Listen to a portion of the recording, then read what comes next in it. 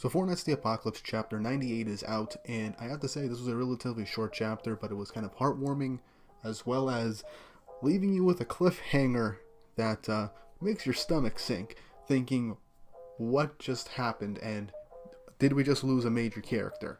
I'm not going to spoil it until we get to that part of the chapter.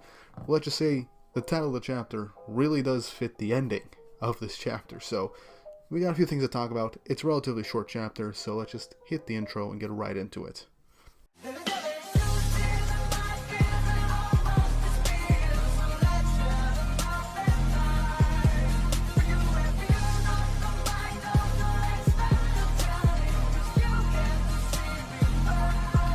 Chapter 98 of the Four Knights of the Apocalypse, Impending Death, is out, and this was a really good chapter.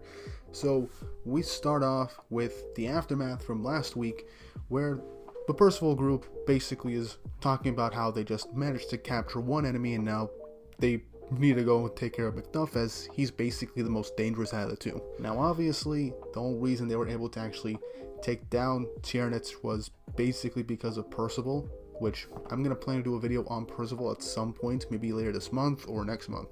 So look forward to that. Donnie and Xian begin to argue over what to do next, as Donnie's saying that he's way tougher than the lady that they just fought and they have to go and let on the others know, but Xian says they have to report their capture to Tristan first, as Xian pulls him back and just says that's enough. Right now they have no perception of magic and it's being obstructed in the area. And Percival just says, yeah, that's right, if we try to find Tristan and the rest, we'll just wind up lost. And I just like that one panel where just Donnie and Xian are just like, just ignoring each other. But yeah, they make a good point that they just go aimlessly, they're not going to be able to find anyone, and they'll just end up winding lost in this maze of a city. Plus, they can't really rely on Lancelot and Gawain as they're off dealing with the brainwashed demons outside of the city. We then cut back to Tristan as he's talking to Io, as he asks her to lift the barrier over the town so that his allies can sense his magical power, and they're probably worried about him. But Io says not yet, because she fears that Arthur will hear them. She states that Tristan doesn't really know and asks him, why do you think my allies, who should be living in the demon realm, were captured by Arthur of Camelot? Which shocks Tristan, asking him to ask what is going on, what does she know, and to tell him immediately. Which, actually, yeah, that's something that I didn't really think about last chapter, and I think was pointed out last week. Why were these demons not in the demon realm? Because outside of the village that Gother was looking after, there were no demons in Britannia. They were all in the demon realm, supposedly being ruled by Zeldris. So that is a good question. How were they not there, and why were they captured by Arthur in the first place? This could have something to do with an inevitable attack on the demon realm, maybe. I think Arthur would probably want to snuff out the goddesses and the demons at some point at the root. So I feel like that's what he's probably ended up doing and why he needed to capture the demons, but we'll probably find out within the next few chapters. We then cut back to Ann's group as Isolde is trying to keep herself together with her being poisoned. Ann doesn't know what to do, as it's literally a maze in this whole city as they can't tell where they are. Ann suggests trying to get the rest of the villagers to help, but Jade just says, no, do you want to get them involved in this? And Ann understands, but they have to do something about Isolde's poisoning. Isolde, being as comforting as possible, just tries to tell them that she can still fight despite being poisoned. But Jake just says, look, you can hit me for this later, as he just goes in and tries to suck out the poison from where she was bitten. Jade, being the absolute chat he is, begins to start sucking out the poison from where she was bitten to slow down the progression of the poison. This isn't a real help, it's just first aid. And we do get a panel of Macduff looming over them above their heads, watching them. Jade apologizes for not doing more and basically says that if Tristan were here to be able to help. But Isolde says it's fine, you helped me a lot back then as well. Even bring up a story from when they were little, that they became lost exploring a forest, and then they got attacked by monsters. Ann then asks if it was just those two, but they said that Xian was with them too, and it was always the three of them. And Ann just says what we've all been thinking, how could they be childhood friends with a crooked guy like him, and that's kind of beyond her and beyond us as well. But Jake just says, come on, don't be like that. He went through some hard times back then, and he used to be a gentle kid. Which, okay, if he went through some shit, I can understand that.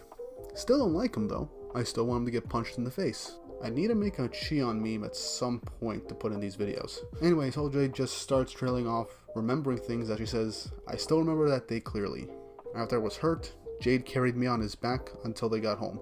Similar to what happened previously in their recent battle. He carried her, despite her being 2 feet taller than him, out of danger. I'm loving Jade more and more. Now, I'm not sure what to make of this one solitary panel of Jade, but I think I honestly can't tell what kind of emotion he's making in this panel. Let me know, but all I know is An notices a dark fog over him as she can detect lies and hidden feelings and emotions, as Jade just says, "Oh, did that happen?" Isolde says that she kept thinking about thanking him for that whole time. Jade then says, "Then how about you go on a date with me?" As he just says, "Come on, I'm just kidding, it's a joke." As Isolde just laughs and says, "Come on, don't joke like that, those are bad jokes, as if you'd be interested in someone like me." As remember when An and Isolde had their heart-to-heart like 15 chapters ago, Isolde says that a lot of people didn't really like her or want to be around her, thinking that she's weird due to her height. And Tristan was the only person to actually really treat her that way originally, and why she fell for him, but Jade obviously sees her in that way with a lot of affection, as he does have a crush on her. But Jade then grasps his fist and calls out her name, saying that there's something he's always wanted to tell her. He says "I," but then all of a sudden, noise gets canceled out and everyone reacts immediately, and they get ready for fighting. Jade looks around, he immediately gets hit and flung to the other side of the alley. An then turns around to strike, but then she gets struck again with a kick from Macduff as Isolde lands her mace on Macduff's hand. But he then hits her again, slamming her against the wall. Isolde managed to land one of her mines on his arm, but he immediately notices it, gets ready to attack Isolde, holding his hand in a sword-like fashion to try and stab her. Jade then uses his other ability, Flash, to blind everyone. It blinds Isolde, it blinds An, and even a bit of him. He says, while he's blinded, but then he notices something. Macduff still winds up for an attack. He's blind. And I went back to the last chapter. The way his eyes were, it really implies that he is blind. He is a blind assassin. And this is a really interesting thing to think about, because Macduff also didn't react the Flash, which is a big hint towards that aspect, but also we got a close-up on his upper face, but most likely his ear. We don't see his eyes after noticing Isolde landed her mine. But then, as everything starts to fade away, Macduff is getting ready to land a blow on Isolde, as she seemingly starts to hallucinate, saying, "It's so radiant, I can't see anything," as her vision then shifts to Tristan, stating that, "Just as I thought, I wanted to be your bride." In one single panel, as she looks down at a vestige of Tristan as she's hallucinating, with the final panel being of Macduff piercing someone's chest, ending the chapter, with chapter 99, its title being "The Words I Couldn't Say." And that's the chapter. So, honestly, I don't think Isolde is the one that's dying. I honestly don't think it's the case. With the last chapter's title, and with Jade noticing that Macduff was blind, it's very possible that he jumped in the way or knocked Isolde out of the way at the very last moment to save her life. And I think that makes a lot of sense, because we didn't get a lot with Isolde, so I don't think we're going to really get her death so soon in the story. But I honestly do think that Jade was being set up to be killed off, because they're isolated from Tristan and Percival, two of their healers. Lancelot and Gawain are now off dealing with the demons outside of the capital, and this group is isolated. One's poisoned, the other can't take on someone like this on her own. I mean, An's very strong, she's very skilled, but Macduff is an assassin and is skilled with swift movements, and he took away all the sound, which messes with a lot of fighters, because even with no sight, if you rely on sound, that'll be the case. You can do something with that. You can react. But in this instance, they're way outmatched. They're way outclassed. And Isolde can't do anything since she's weakened. So, I do think that since we had a lot of focus on Jade, his feelings, looking back, it was a prime death flag. He's going to be the one that ends up dead next chapter, or he'll be like on the verge of death until Tristan makes it at the last second to save him.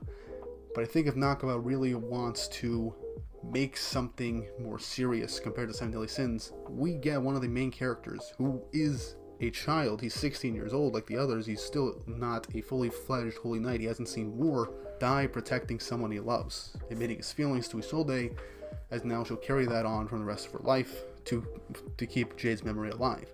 Even though she has feelings for Tristan, she'll have a room for Jade in her heart.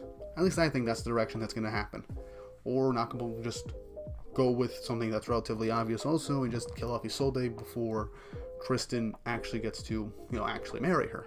All I know is, if one of those two die, Tristan is going to go berserker mode again. Honestly, I'd love to see Tristan go berserker mode again, but that would just probably destroy the entire town. And with Lancelot not going to be able to sense what's going on, there's going to be a lot of trouble with Tristan. But anyway, that was a chapter, relatively short, nothing too much happened, just focus on this one instead of the fight and the interactions between both different groups, and the tease of what the demons are going to do, why they were captured by Arthur, how they're not in the demon realm.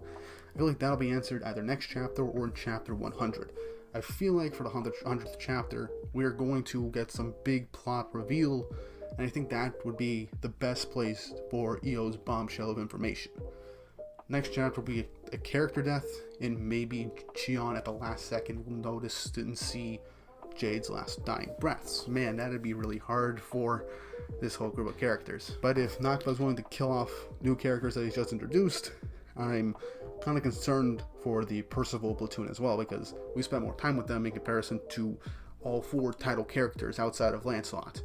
So I don't want to think about it, but I do kind of think that Nakaba might end up going the route of killing other supporting characters. But that's all speculation. Either way, leave your thoughts and opinions of what's going to happen next. Who do you think is going to end up dead? Do you think Tristan will save them in the last moment? How do you think they're going to beat this opponent?